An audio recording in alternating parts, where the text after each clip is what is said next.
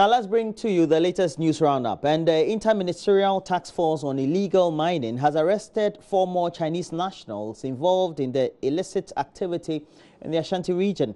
It brings to 20 the number of arrests so far made in the last 5 days. 20 excavators were also impounded in the latest crackdown at Diaso, Apamprama and Kobo reserves. The development raises concerns about allegation of official complicity as the perpetrators insist they have permits from the Minerals Commission to operate in some of these restricted areas. Lab FM's Erastus Asaridonko, who has been traveling with the team, brings us up to date with the latest. We drive through roads made by these illegal miners in a once virgin restricted forest. They link one mining site to another deep in the reserve. This is the Apamprama Forest Reserve, under the watch of the Forestry Commission. Now come with me as I take you through the devastation caused by illegal mining, even within a mining ban. Many rare tree species nurtured for years have been felled with reckless abandon. At best, the miners process some into planks to construct makeshift sheds. The rest of the logs are buried deep under heaps of earth created around large uncovered pits. The destruction to these virgin forests is huge, over 15 different locations, each about the size of 10 football fields combined. Several hectares of land destroyed in this manner, deep within the forest reserve. Now, many questions arise at the moment, and some of those questions are, so this devastation went on, and the Apraman Forest Reserve sites are right here. The Forestry Commission says it had no evil, it did not see anybody bringing in heavy equipment. This has lasted for close to a year. No government official got wind of it, or nobody was prepared to even face them. At one such site in the Cobra Forest, head of security for mining firm Heritage Imperial Mining Company, XW Adbuatin, told the task force it has the blessing of people he describes as high-powered to carry out operation in the area. We are here. There's a document. No problem. A minor. You understand? I'm not a minor. So in the last 5 days, a bold and relentless enforcement of the ban on small-scale mining has led to arrest of 20 Chinese nationals, 4 of them in the Diaso Forest Reserve at the weekend. 10 of the excavators have been sent to Accra and many mining settlements destroyed by the task force. Task Force Commander W1 Isaac Nyako is overwhelmed by the wanton destruction of forest. Indeed, this is the largest. In fact, I don't even know how to start and how to end. I'm even shocked seeing the ground like this. The largest so far at this very site. Leader of the Inter-Ministerial Task Force, Nana Jekum, says the fight will continue. Reporting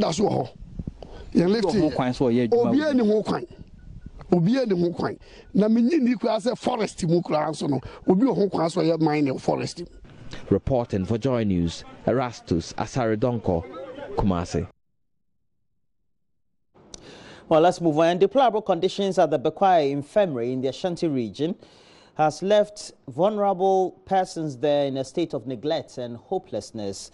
The center has been cut off state water supply due to unpaid water bills, and its borehole has also broken down alongside. The roof of the medical facility has been ripped off and left at the mercy of the vagaries of the weather. Nana Senso visited the infirmary and reports that 10 inmates have so far died this year alone in what officials believe is a consequence of the deterioration. Founded in 1957, the infirmary has never seen any upgrade or renovation of its infrastructure and logistics. On a visit to the infirmary last year, I met 70-year-old Abajida Costa, who had lived there for over 5 years, having lost touch with wife and children. I have lived here for over 5 years. Before I was brought here, I lived at Axim, where I fell sick and was hospitalized. I'm married with 2 children, and they are all in Axim. But I'm sure they don't know where I am. Life is very hard for us here. It is very uncomfortable. We eat only once a day. Official sources confirm Mr. Da Costa has since died, together with 9 other inmates this year alone. I'm currently squatting on the graveyards of some 10 inmates here at the BA Kua District Center who died just this year as a result of poor health facility here at the center. For inmates, the only support is the 64 Ghana cedis every 2 months from the Livelihood Empowerment Against Poverty, LEAP. This is a supposed health center, and it is the first point of call for inmates here at the BA Kua District Center. But unfortunately, it's in a deplorable state and has never seen any renovation since its establishment in 1957. Taking care of the elderly and other vulnerable groups in society demands a reliable health care, but the center has no medical facility in the real sense of the word. Taxi cabs convey sick inmates to the hospital. The facility is being run on government subvention, and releases have been shrinking and irregular, not enough to feed the inmates, let alone maintain structures. For obvious reasons, managers will not comment on the situation on their hands. A basic social amenity like water is difficult to access because the only borehole at the facility has broken down. Until help comes, the inmates and authorities at the only destitute center in Ghana will continue to endure hardship at a facility that is supposed to provide them solace from social exclusion. Nana Asensumensa reporting. In the Bunafo region, the challenge of inadequate space for the smooth running of the neonatal intensive care unit of the Winchi Methodist Hospital is negatively affecting the survival of babies. Whilst the neonatal intensive care unit has taken delivery of a couple of additional incubators from donors after a JoyNews report highlighting lack of incubators, the need for space to get the machines working has become another headache. JoyNews' Nesta Kafriajuma has more in the following report. The situation here at the neonatal intensive care unit of the Winchi Methodist Hospital, according to the head of the unit, Dr. Solomon Chimogo, is not the best, especially for the premature babies. We are having increasing number of babies who we now attend to, a number of referral cases from even as far as northern region, towns around northern region. They come here, and then especially with the preterm babies, they usually require a lengthy duration of stay. So if we have a number of preterm babies who are in your unit, then they stay longer on the ward. There is congestion, and then for that matter, you may need to pair about 2 or 3 babies per incubator, or even at times more than that. And all these things may lead to other complications. Some they can be cross infections to even other healthy babies. A sick baby can transfer an infection. There can be a cross infection to a healthy baby. So I want to appeal to individuals in Ghana and outside Ghana. I want to appeal to non-governmental organizations. I want to appeal to the government that they should again come to our aid in terms of expansion of the units. We need enough space to cater for the increased number of babies who are coming, as well as a space for their mothers, because usually when the mother comes, they usually don't have any place, any decent place that they lay their hairs on. So we need to expand the place so that you can have the mothers decent place for them, and then also the babies too. You can also help to minimize congestion. Shadrach Kanane is an administrative officer at the hospital. Since the challenge of incubators was aired, we've gotten donation of about 5. Now the challenge of inadequate incubators has moved to space. we need space to keep those incubators. So internally, the hospital is mobilizing funds to start the project. But as you can see, the IGF of the hospital is not all that enough to complete the project. We have the land well prepared. What is left is funds to put up the building. So we appeal to individuals and philanthropists to come to our aid. A mother who had a tough time coping with a terrible condition here when her daughter was in the incubator says a quick intervention to get a modern neonatal intensive care unit is her hope. Assuming it was a cesarean session, after 3 days, you'll be discharged from the lying in. You have to go to NICU. And NICU, we don't have place for mothers to sleep. They sleep on the floor, though we have mattresses, but CS mother with that wound and lying on the floor, it doesn't help them. Some mothers, because of that, they'll run away. After they've been discharged and the baby is at the NICU, they'll just run away because they don't want to face that challenges. Yes. So if we can get some support from others or NGOs to build a place for us so that the mothers can get a place to sleep. Nesta Kafuya Jomes report.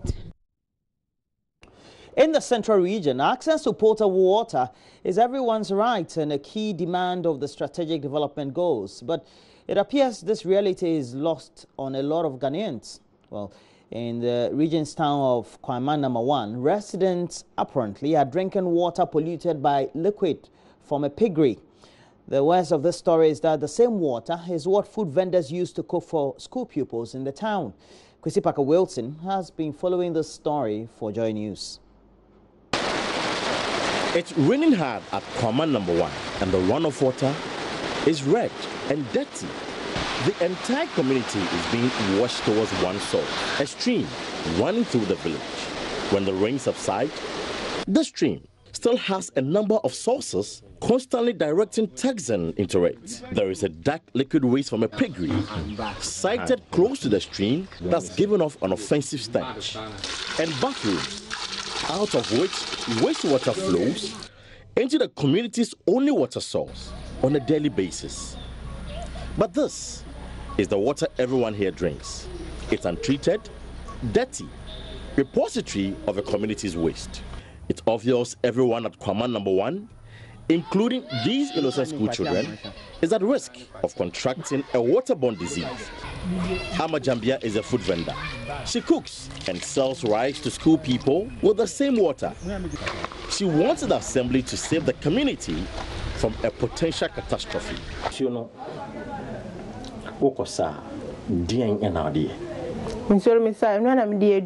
I cook and sell rice to school people. We have been drinking this water for a very long time. There is no source of potable water, so we have no choice. I will plead with government to sink a borehole for us or provide us with any source of potable water to save our lives. Area Council Chair Ni Aikotego says there has been a series of promises from those at the helm of affairs, but the promises are yet to be fulfilled. It is bad for the people of the community to drink such water, but we don't have any source of water. That's why the people take that water. They themselves know the situation we are facing, and they are keeping on promising us, but we are waiting for them because since they are always they promise us, we are still waiting for the promise to be fulfilled. Kua No. 1 is a community that has no choice but to drink water from its waste, but no one deserves that. Kwesi Parker Wilson for JoyNews.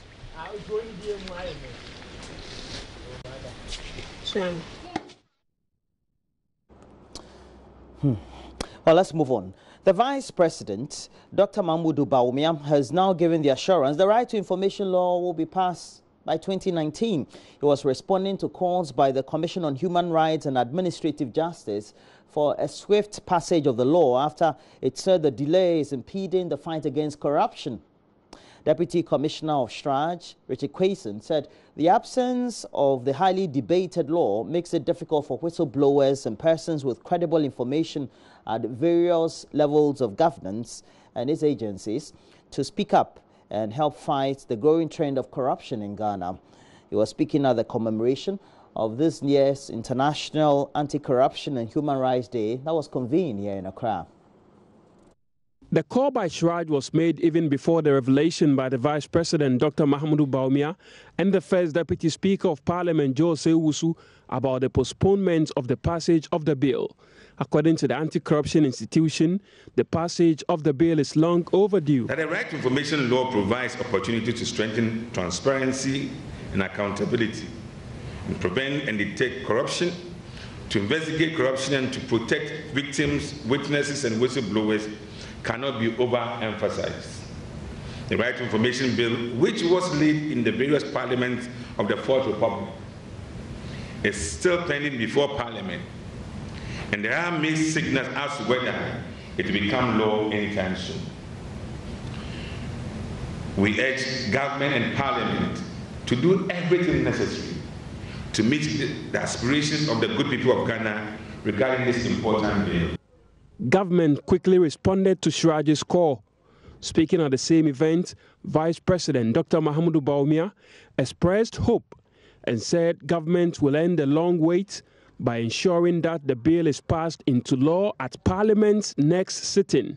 Government has taken notice of the persistent efforts by several advocacy groups to have the Right to Information Bill passed, and we are very committed to have the RTI law to boost our fight against corruption. I just asked the Right Honorable First Deputy Speaker where we are, because we keep asking for updates, and he tells me they have considered about half of the amendments to the bill so far. So it looks like all things being equal, early in the next session in Parliament, he tells me, this bill that has been sought after for the last 20 years, by the grace of God and with your effort, we should see it passed.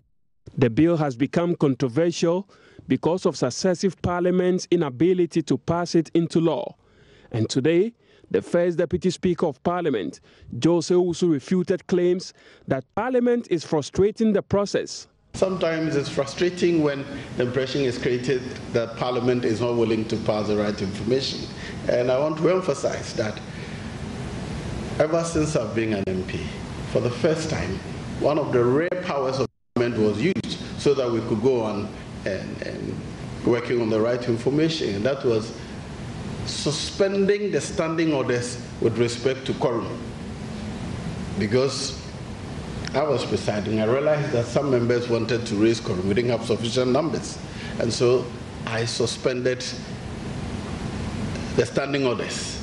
Fortunately, it's a power given to the Speaker to suspend any part of the standing orders. And I said, all parts relating to quorum are suspended, so that the few who were committed to ensuring that we work on the right to information bill continue to work. So let's not give the impression that Parliament is frustrating the process. But having said that, sometimes it's also frustrating the way we behave.